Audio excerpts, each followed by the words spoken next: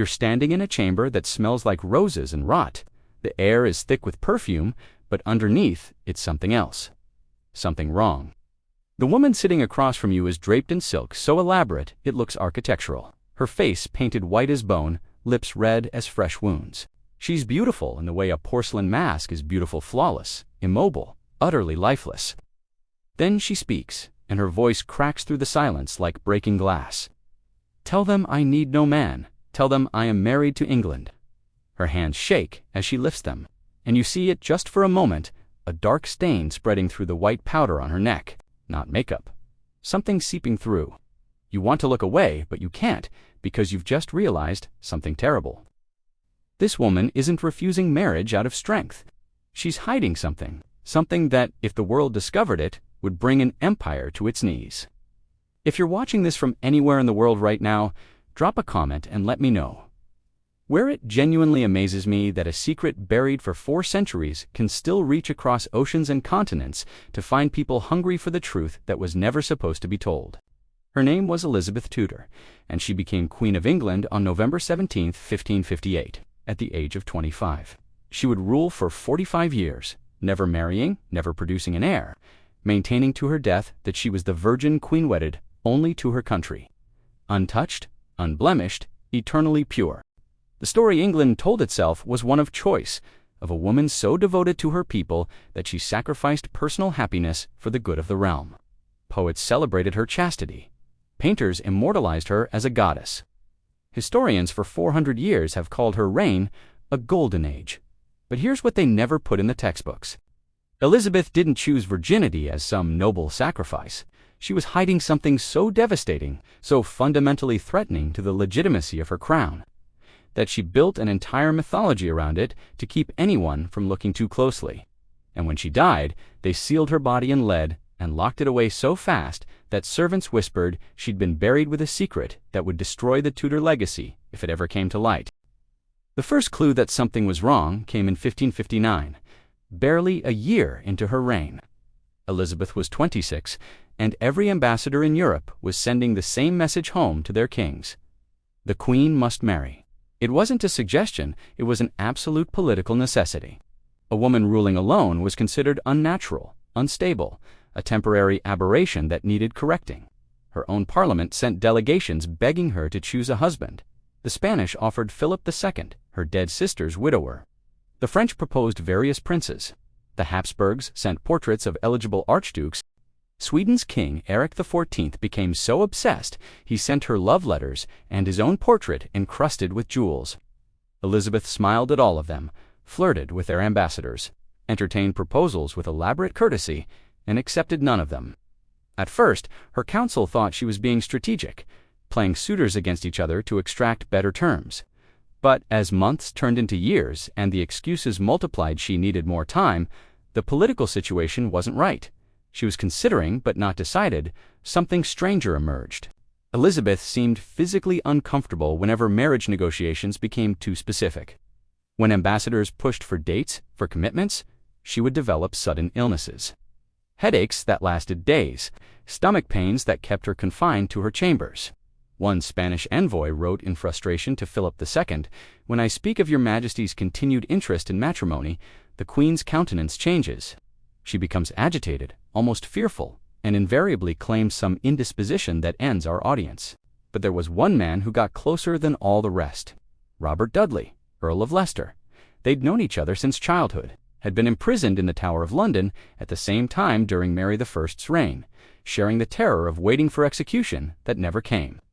When Elizabeth became queen, she made Dudley her master of horse, gave him apartments at court, spent hours with him daily. Ambassadors reported that she was clearly in love with him, the way she looked at him, touched his arm while talking, laughed at his jokes with genuine delight. Here, finally, was a man she wanted. The only problem was that Dudley was married to Amy Robsart. And then, in September 1560, Amy Robsart was found dead at the bottom of a staircase at Cumnor Place with her neck broken. The timing was so suspicious that rumors exploded immediately Dudley had murdered her, to free himself for the Queen.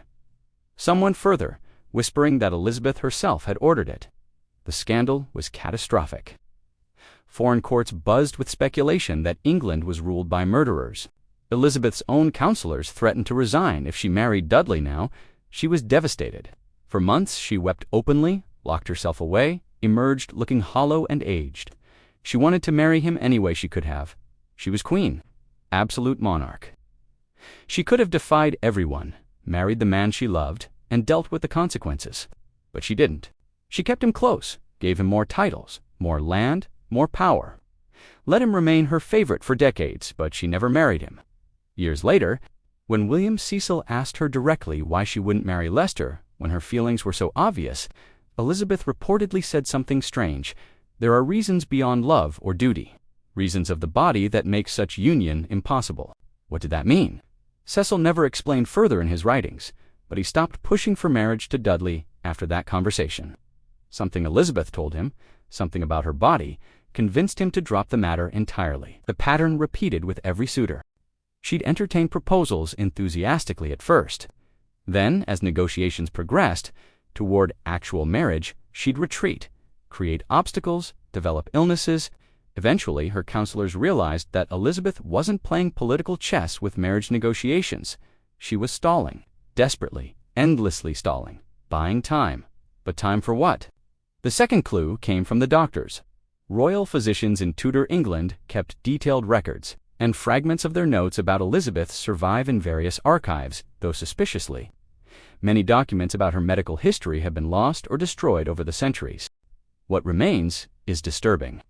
In 1566, Elizabeth fell severely ill with what physicians described as a fever, with great swelling of the lower abdomen and excruciating pain. She was convinced she was dying and briefly named Robert Dudley as Lord Protector if she didn't survive. The physicians were finally allowed to examine her, something that almost never happened because touching the Queen's body was considered sacrilege.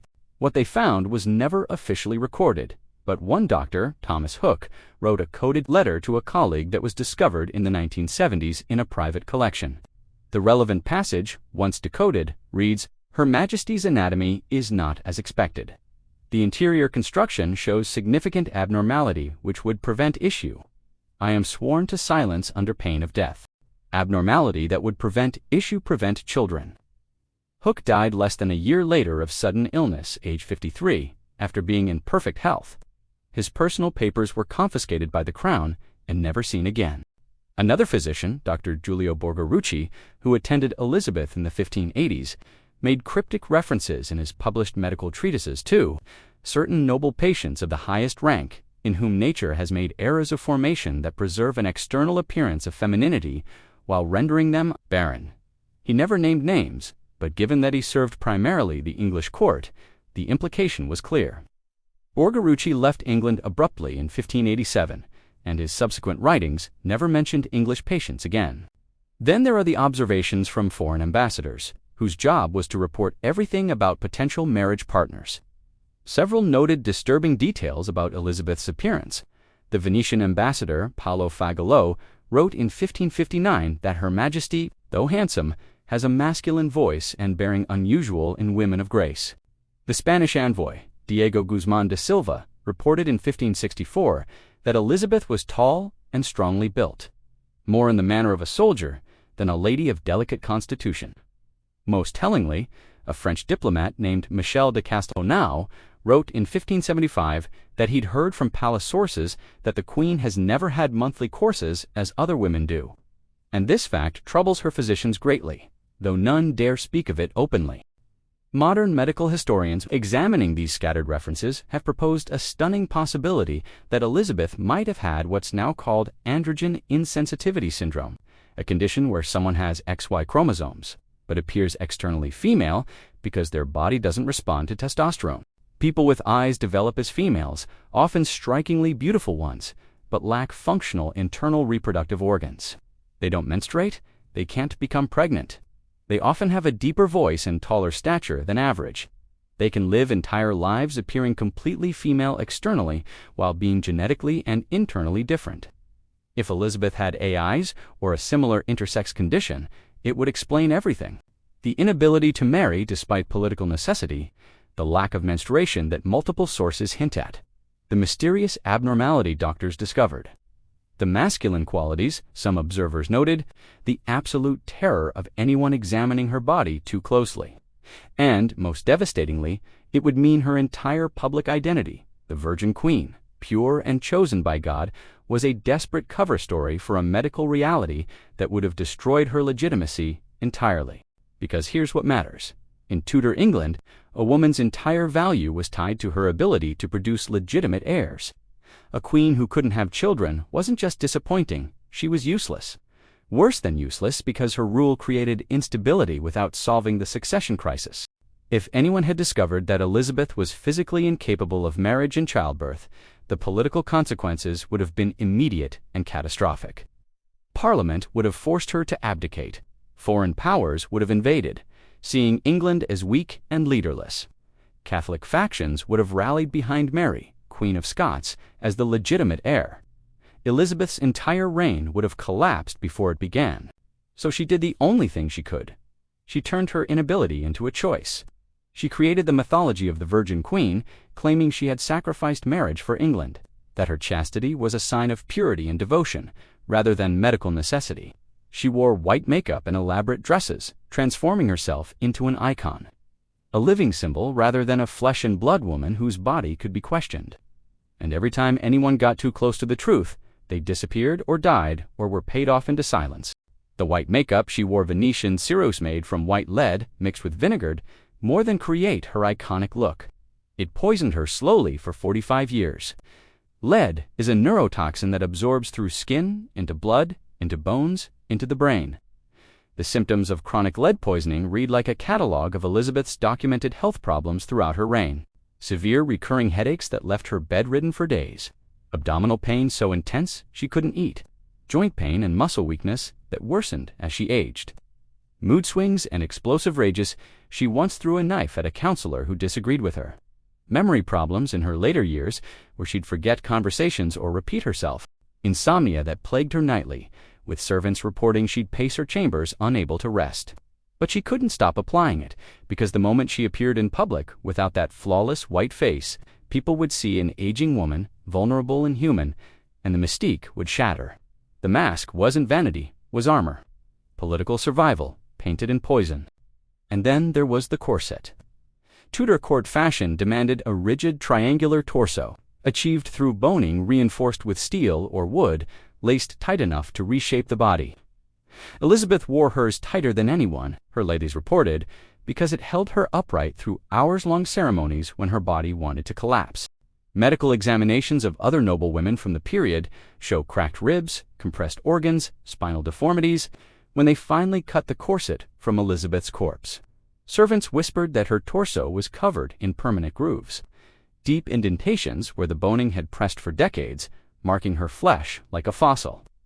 She destroyed her body to preserve her image, day after day, year after year, because showing any weakness meant death. The 1580s brought Mary, Queen of Scots Catholic, fertile, with a living son who could inherit. Mary's mere existence made her the focus of every Catholic plot against Elizabeth. The Babington conspiracy in 1586 finally gave Elizabeth the excuse she needed. She signed Mary's death warrant, then claimed it was sent without her final approval. A lie that let her have her cousin executed while publicly pretending reluctance. But after Mary's beheading at Fothering Castle in February 1587, Elizabeth fell into a depression that lasted months. Was it guilt, perhaps? Or was it something darker, the recognition that she'd killed the one woman who had everything Elizabeth could never have? Children, biological legacy, the ability to continue her bloodline. Elizabeth ruled an empire, but Mary's son James would inherit it. That must have been unbearable. When the Spanish Armada came in 1588, 130 ships, carrying 30,000 men intent on invasion, Elizabeth rode to Tilbury to address her troops. That famous speech, "I know I have the body of a weak, feeble woman, but I have the heart and stomach of a king," became legendary. What history doesn't record is what her ladies reported, that before the speech, Elizabeth was so weakened by illness she could barely mount her horse. That they had to lift her into the saddle, that they gave her wine mixed with stimulants to keep her upright during the 3-hour review. During the speech, she was magnificent every inch, the warrior queen. After, she collapsed completely, couldn't leave her chambers for a week. suffering from what her doctors whispered might be internal bleeding, but couldn't examine her to confirm. The greatest performance of her life, paid for in blood and pain she could never acknowledge. The final years of Elizabeth's life were a slow, undeniable deterioration, one she could no longer mask with ceremony or paint. When Robert Dudley died in 1588, the only man she had ever truly loved, she shut herself away for days, refusing food, counsel, or companionship. Those who waited outside her chambers whispered that when she emerged, something essential in her had fractured. She tried to fill the void with younger favorites, most notably Robert Devereux, Earl of Essex, reckless, charismatic, 20 years her junior. She cherished him with a mixture of maternal affection and desperate attachment, needing someone to orbit her now that Dudley was gone, but the illusion could not hold.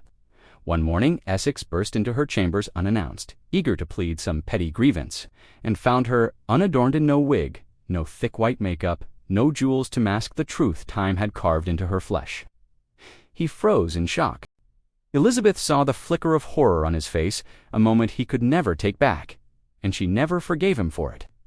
When he foolishly attempted a coup in 1601, she signed his execution warrant without hesitation.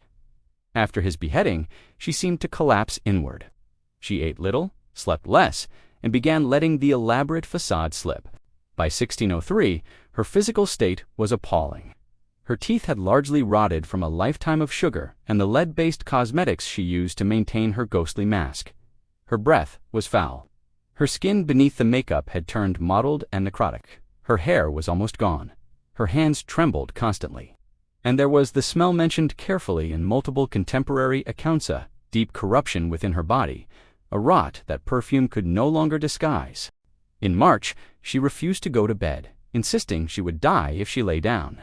For weeks, she sat propped on cushions, drifting in and out of lucidity, murmuring the names of people long dead.